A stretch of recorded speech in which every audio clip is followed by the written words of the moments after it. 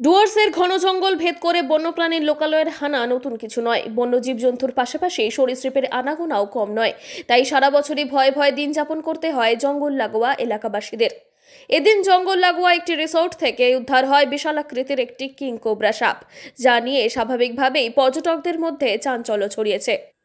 চলছে উৎসবের মরশুম, জঙ্গল ঘেরা রিসোর্টগুলিতে পর্যটকদের ভিড় রয়েছে চোখে পড়ার মতো। এদিন ঘন জঙ্গল লাগোয়া একটি রিসোর্ট থেকে উদ্ধার করা হয় বিশালাকৃতির কিং কোবরা। জানা যায়, রবিবার মেটেলি ব্লকের দক্ষিণ ধূপঝড়ার একটি বেসরকারি রিসোর্ট থেকে ওই কিং কোবরাটি উদ্ধার করা হয়েছে।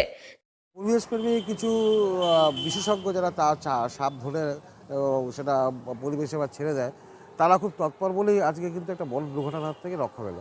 আমি খুব খুশি এবং আমি চাই বন দপ্তর এই ধরনের পরিবেশপ্রেমী যারা সাপ ধরতে এক্সপার্ট তাদের জন্য আরও ভালো করে প্রশিক্ষণ দেয়, যারা আমাদের এইভাবে সহযোগিতা করে আসছে। আমি খুব খুশি বিষয়টা। চালসার সর্পপ্রেমী যুবক দিবস রায় এসে সেটিকে উদ্ধার করে। এদিন রিসর্টের কর্মীরা কিং কোবরাটিকে রিসর্টের ভেতরে ঘোরাফেরা করতে দেখে। এরপরেই আতঙ্কিত হয়ে পড়েন সকলেই। দ্রুত খবর দেওয়া হয় দিবসকে। দিবস এসে প্রায় আধ ঘন্টার প্রচেষ্টায় কিং কোবরাটিকে উদ্ধার করে বন্দি করে।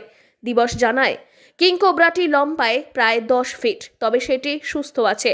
বন দফতরের সাহায্যে সেটিকে জঙ্গলে ছেড়ে দেওয়া হবে।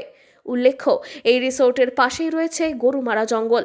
ওই জঙ্গল থেকেই কিং কোবরাটি রিসর্টে চলে এসেছে বলেই সকলের ধারণা।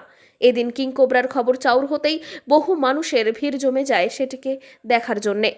জলপাইগুড়ি থেকে সুরজিৎ দে, লোকাল 18 বাংলা।